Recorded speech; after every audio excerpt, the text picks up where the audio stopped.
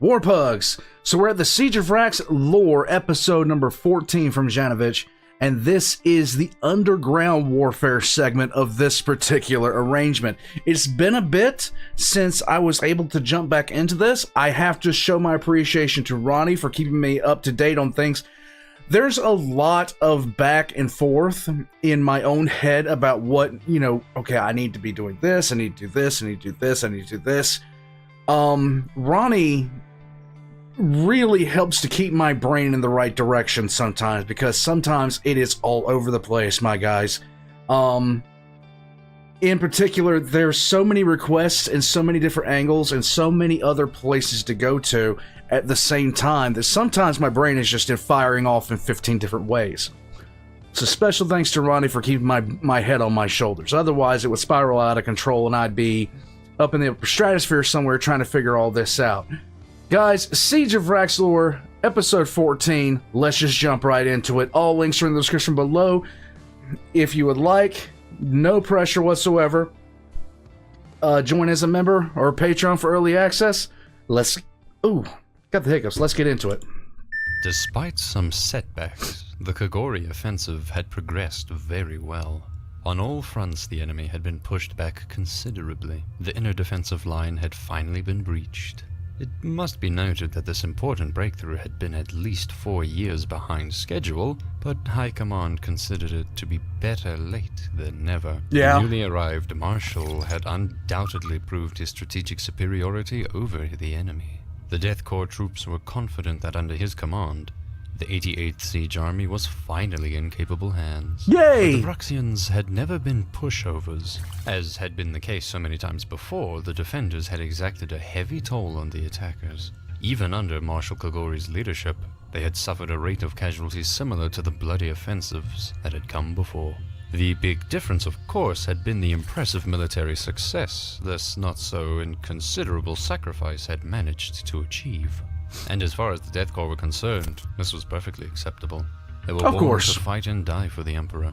Any one of them would gladly continue giving their lives. And if this sacrifice was likely to contribute to a victory, then this was for the better. But before a further push against the Vraksian front lines could be organized, the siege regiments would have to rest and regain their strength. This relative lull in the fighting allowed Kogori to focus on another frontier. The war underground was about to be unleashed. This new dimension of the war on Vraks was expected to speed up the final victory. While digging their tunnels, the Krieg engineers had thus far not encountered any resistance from the Vraksians, and so it appeared that the enemy was as of yet unaware that their front lines had been completely undermined. If this was indeed the case, they could break into the enemy's bunkers and armories from below and catch the defenders by surprise. This advantage would allow the engineers to deal a devastating first strike. Such an opportunity would not be allowed to go to waste. And so, it was decided that as long as the enemy remained unaware about these plans, a great amount of logistical effort could be expended to prepare for an overwhelming underground surprise attack. This would not be without some trouble, however. Although the soft pumice rock surface of Vraks was well suited to digging trenches, the underground excavation was of a more complex nature. Usually deep is. Under the surface, they would have to be cautious not to mine into underground rivers that flowed out into large canyons. Doing so could have dire consequences for the tunnel network and the miners underground. Right now, most tunnels were only wide enough for 2 engineers to work alongside each other. If they planned Digging into an underground river while you yourself are underground, turning your underground cavern that you've constructed into an underground river itself, usually has dire consequences if you breathe air.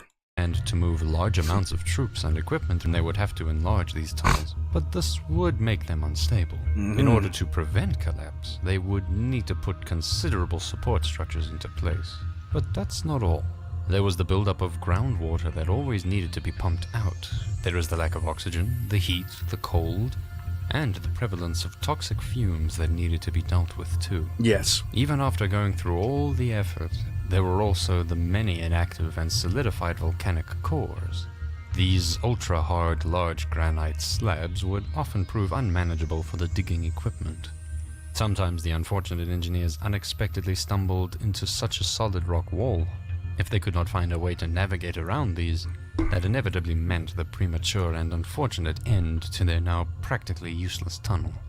Considering all these challenges, one might ask, who in his right mind had initially chosen Vraks as a suitable planet for a large underground military supply depot? But the answer to this question does in fact make sense. The volcanic activity on Vraks had long died out as its tectonic plates were extremely stable. This meant that once someone had gone through all the effort of digging and securing their tunnel network, it was essentially guaranteed to endure forever.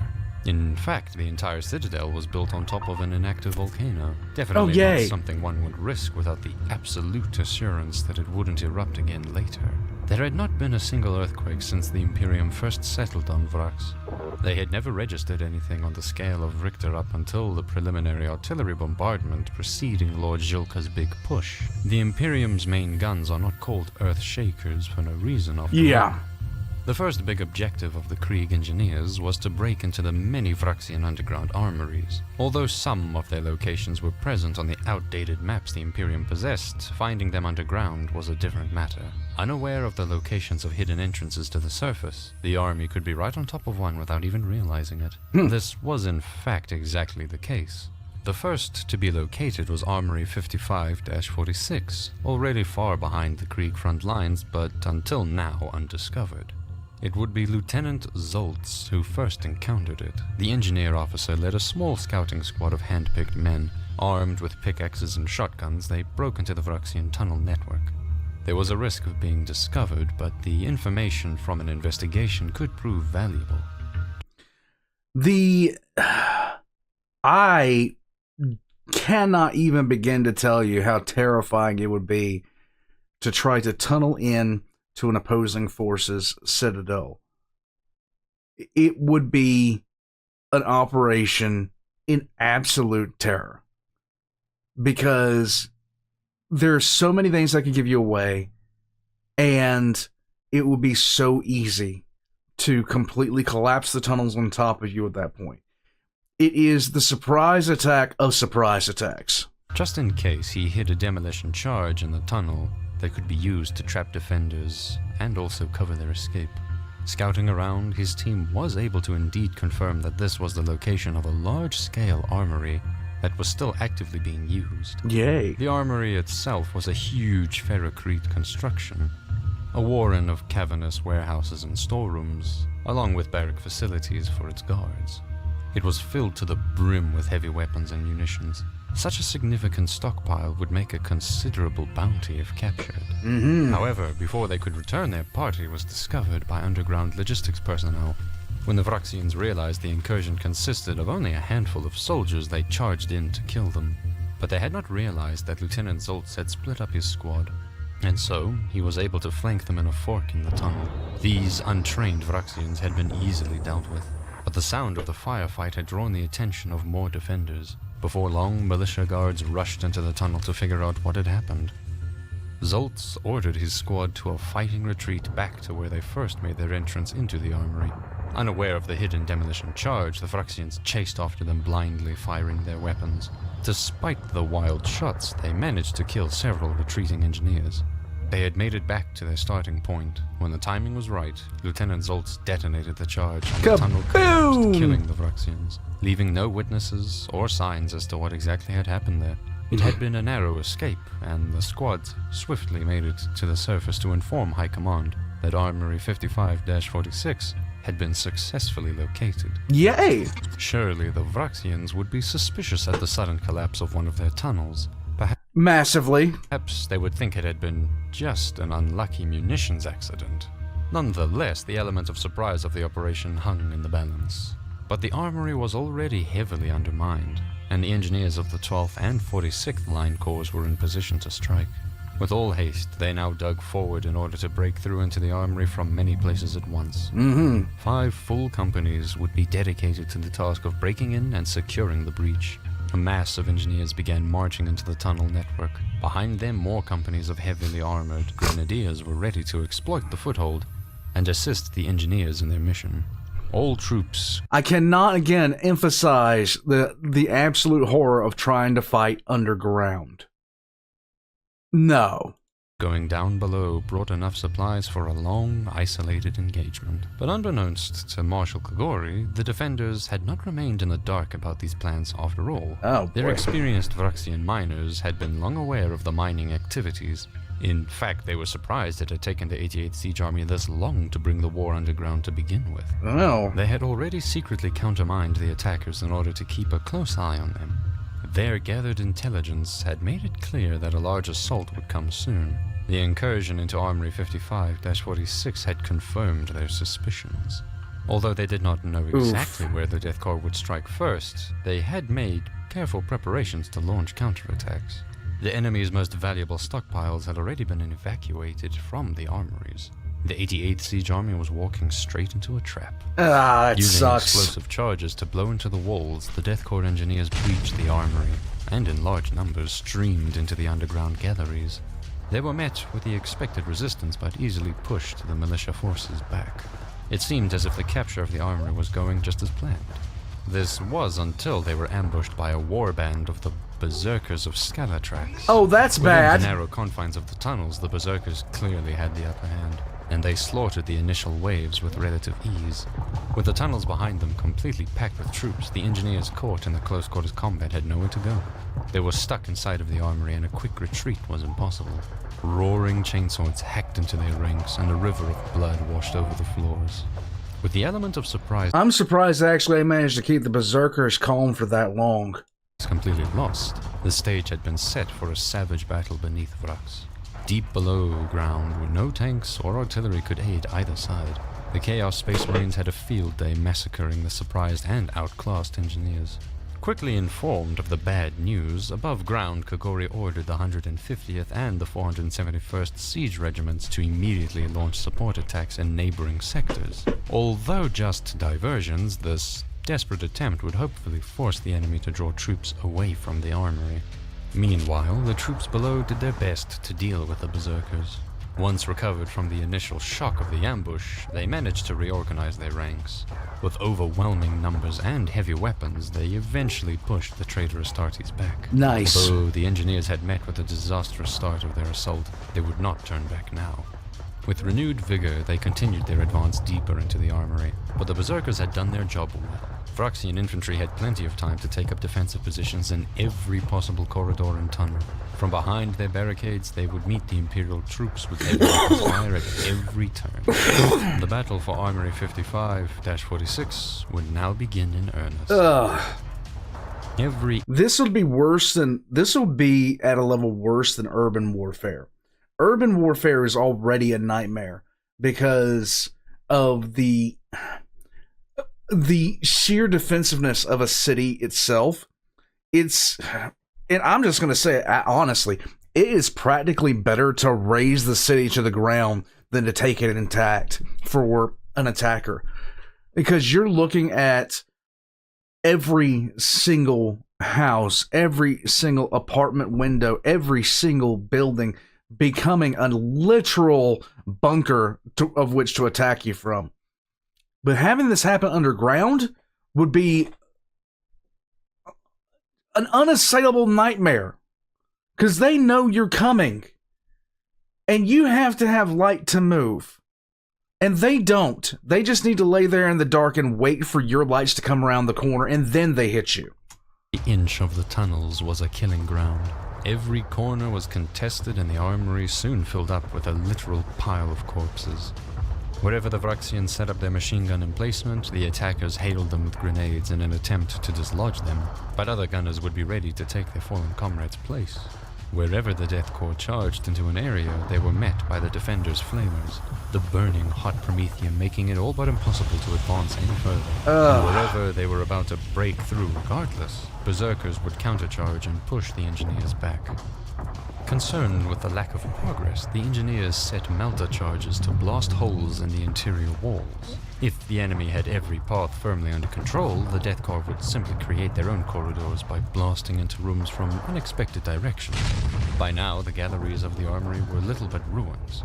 In places, lights had gone out, and several parts had completely collapsed from the violence of explosions. 3 days of fighting for every inch of ground. The Grenadier troops had not fared much better. and the Death Corps' advance was grinding to a halt. All the companies had been ground down to half their original strength. That doesn't surprise Despite me. their best attempts, the deadlock could not be broken. By now, the Vraxian miners had commenced their own countermining operations and began blowing up and collapsing the approach tunnels to the armory. Waves of Krieg reinforcements sent down below were buried beneath tons of earth as their tunnels caved in. Eventually, the flow of men and supplies to the battle was reduced to just a single entry. The remaining troops found themselves slowly pushed back. If the last tunnel should be destroyed also, all the troops below would be cut off and face certain annihilation. They could not afford to have their last lifelines severed, and so the attack was called off while there was still a way out. In the narrow, dark tunnels, the Vraxians would not be able to effectively pursue, and so the troops were able to retreat in good order. But the engineers would not admit defeat so easily. They had their plan for retaliation ready. While abandoning the armory, they made sure to securely seal every possible entry, exit, and ventilation shaft. With all troops back on the surface, they repurposed oxygen pipes that led into the tunnels down below. Instead of blowing fresh air, now these pipes would be used to pump large amounts of corrosive gases into the armory. This was the very same poison that had been deployed so generously on the Eastern Front before. Yeah. In large enough concentrations, it had even proven itself potent enough to drive Astartes to abandon their positions. In the narrow confines of the sealed tunnels, the gas could be pumped under pressure and the effects would be so much more devastating. Yeah. Soon, the armory was overflowing with a cloud of green toxins. Although no TP3, it was unlikely that any respirator could protect against such a density of corrosive gases. Panicked defenders fell back, but in the crowded narrow tunnels, many found themselves unable to outrun the gas in time. The gas swiftly enveloped deep throughout the tunnel network. A prime example of you may hold it, but what are you gonna do when we decide not to care? Good Those times caught rhymes in with the war thickest of crimes, the guys. cloud immediately fell to the ground, coughing up blood. Like rats on a sinking ship, the troops trampled each other on their way towards an exit. In the face of this green tidal wave, it was every man for himself. Fleeing in full panic, Vraxian troops smashed safety doors and hatches shut behind themselves, imprisoning those who had fallen behind.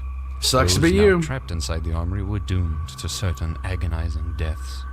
In desperation, many troops barricaded themselves inside bunkers and storage rooms, but even thick steel doors offered no safety from the attack. The fumes would simply blow through every crack and slit imaginable. Throughout Armory 55-46, humans and Astartes alike perished in the cloud of death. It is unknown how far and wide the gas attack had managed to spread, but the carnage underground must have caused significant damage to the underground network, even beyond the armory. Those who made it above ground through exits behind the Krieg lines were slaughtered without mercy. The engineers had their revenge. Nice.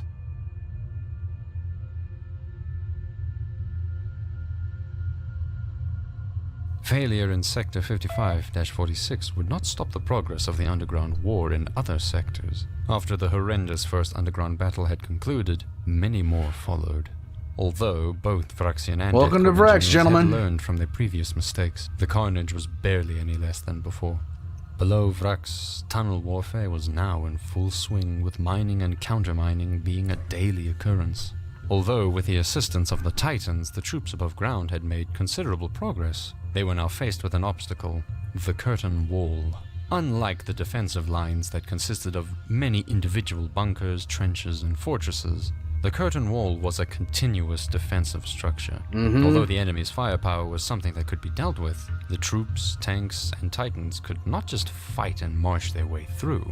The wall would have to be destroyed first, and so the engineers still had an important objective cut out for them: the undermining and breaching of the curtain wall. In Sector 5744, the 383rd Engineer Company was the first to report they were in position. They were authorized to ferry a humongous amount of explosives underground in preparation of the mine.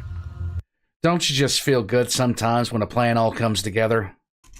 It would have to have enough firepower to break through the wall's deep foundations and blow a breach wide enough for an assault force to pass through.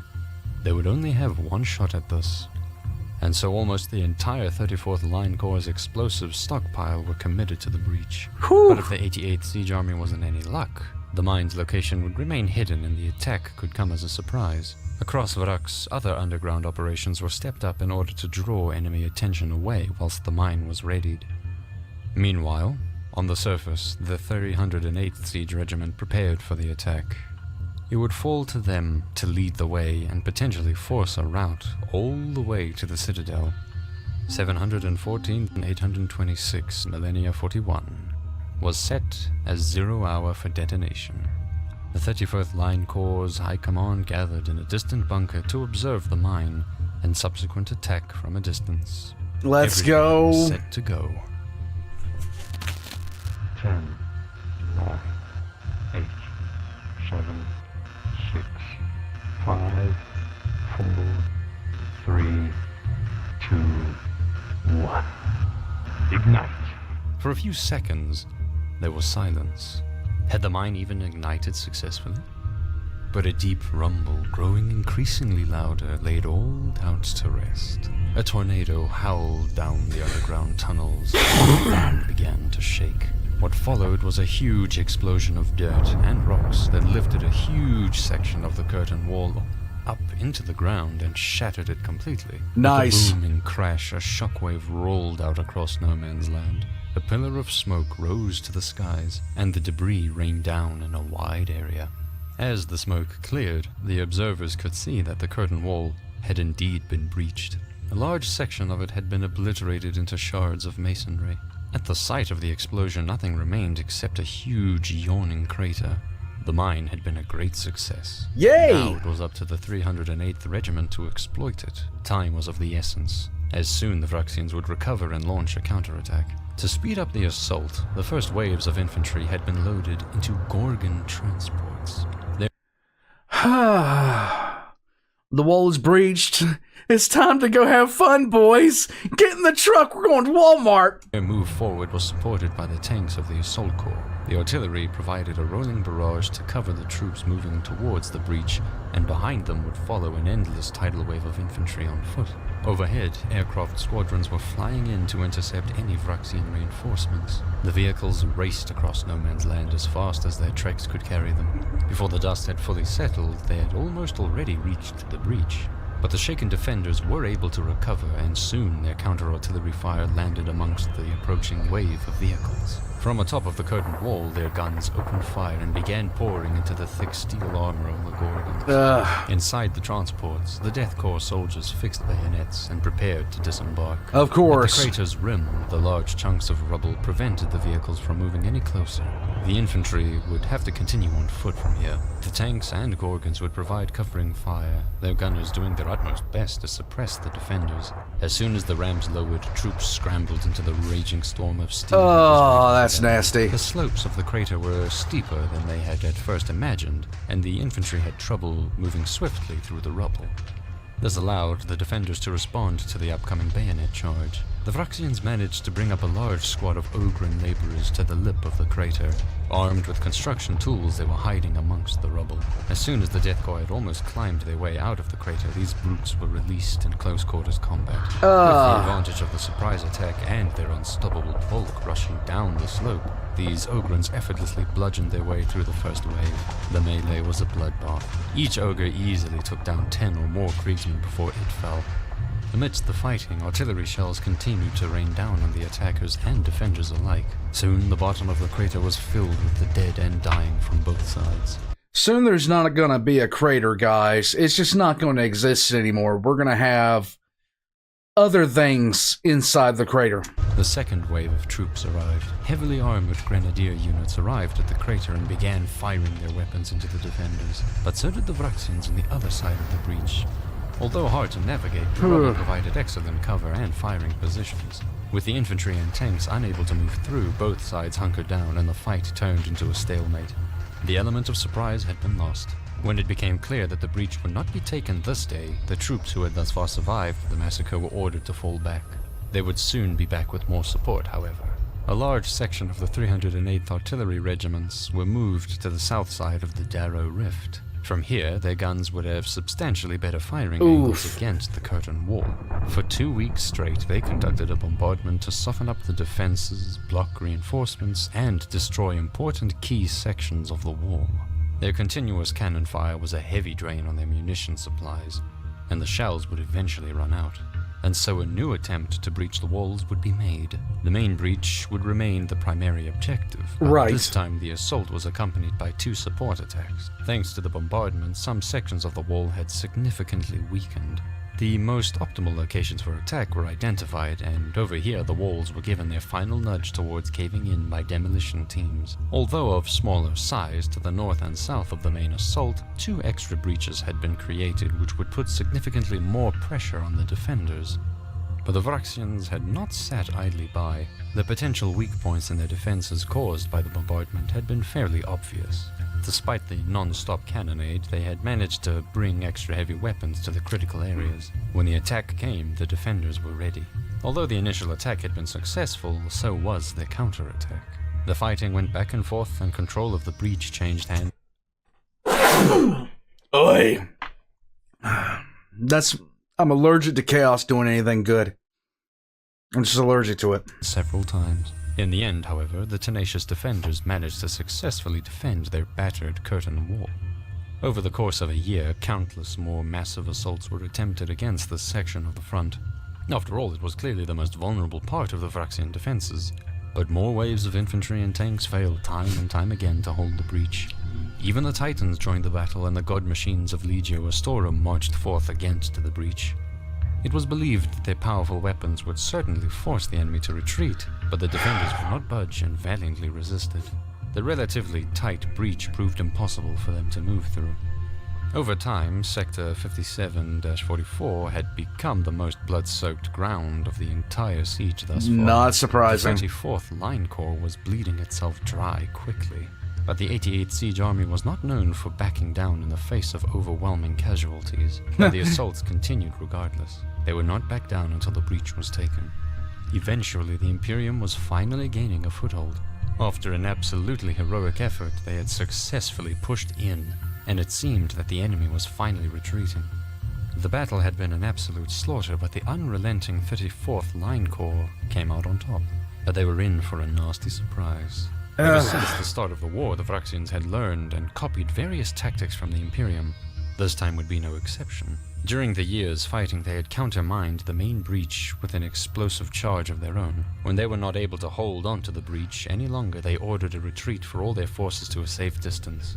This feint drew the Imperial troops in even further. At the opportune moment, the mine was detonated. It blasted an even larger crater than the first one that obliterated all troops in the vicinity. They're learning.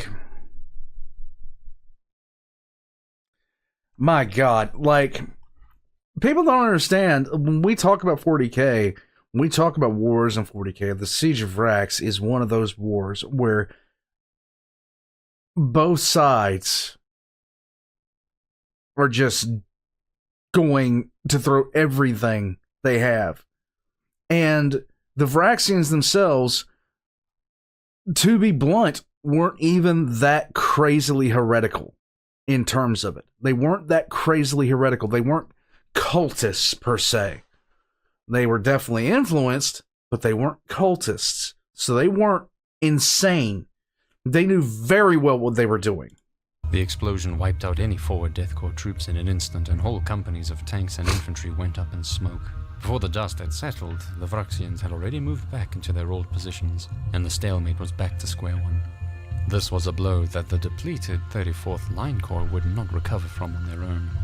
Marshal Kogori was getting worried. Here and there, the 88th Siege Army had managed to win a bit of ground and destroy some small underground armories, but it had been a full year since any really substantial progress had been made. Attrition had brought the combat effectiveness of his 34th Line Corps to an absolute minimum, at least until the reinforcements arrived. To his increased frustrations, Legio Astorum had turned down any further request for assistance against the curtain wall. Already down to half their original numbers, Princeps Droka was saving his legion's strength for the ultimate confrontation against the remnants of Legio Volcanum. In order to win the anticipated clash, he simply could not afford losing any more Titans until a breach had been achieved. Yep. It seemed that Marshal Kogori had lost his momentum. The Eastern Front had made no progress against the dug-in Plague Marines either. The promising advances gained during the start of his command had now ground to an absolute halt. If he wished to hold his position as commander, the newly established deadlock would have to be broken swiftly. The initial 12-year deadline had already been surpassed by 2 whole years. Yay! And since the extension had barely brought any progress at all, it would be time for the Departamento Munitorum to reassess the situation. Yay! Even attrition had not appeared to be in their favor. Over 6 million Krieg guardsmen had died since the start of the war. It was estimated that of the initial 8 million Vraksian population, another 5 million remained. That meant that not even half of the heretical cardinal's initial manpower had been depleted. At this Now, here's the thing. You might be looking at these casualty figures and thinking, God, you know, they were just bushwhacking them. The sheer fact of the matter is, when you are an attacker in a siege like this, you are bound to take far more losses than the defender. You're going to take horrific losses. That is the nature of the beast. Any leader, general, whatever you may say, at the prospect of an active siege, trying to break the siege open, you're going to take losses that are simply put horrific. So, for the Vraksians to have only lost a few million compared to the Death Corps 6, that's not a surprise to me in the slightest. 2-to-1 casualties in a war like this, actually not that bad considering. rate, the siege would last almost half a century. That is, without taking into account the Chaos reinforcements that had arrived. It was unknown how many renegades had managed to arrive during the time when the traitors held orbital control. There was simply no telling how much longer the siege would last. And so, by administratum decree, it was decided that reinforcements sent to Vraks would be reduced. The siege was not to be completely abandoned. The heretical forces must still be fought and defeated. Emperor willing, Vraks would eventually return under imperial rule. It would simply mean that Marshal Kogori would have to make do with less troops to do so. The Marshal obviously protested these decisions, but it fell on deaf ears of the imperial bureaucracy. The Marshal was told that the next review would be in 5 years' time, and if he wished to keep his position, he'd better revise his plans accordingly. But Marshal Kogori had a response to this bitter blow. Unlike the Imperial Guard, Astartes' forces are barely beholden to the Departamento Munitorum's scrutiny. They would still be at liberty to join the fighting on Vraks of their own accord, and so the Marshal sent out a request for reinforcements to chapters in the area.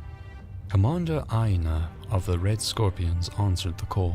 They had returned from a patrol sweep through the dangerous Fide Nebula and were resupplying at the spaceport on Cantus 9 in the Calixus sector. They had just finished wiping out Orc pirate activity and had time on their hands for another assignment. After consulting with their chapter master, Commander Aina was given permission to reinforce Vraks with his 1st, 3rd, 6th, and 8th company. This was, however, under the condition that the Red Scorpions would remain under their own command and retain sole discretion over their forces throughout the rest of the siege. Of course! The Marshal was delighted that an elite Astartes strike force had even bothered to respond in the first place. The request for full autonomy had been expected, but the 88th Siege Army still had mixed feelings about the last time loyalist Astartes had interfered on Dark Angels.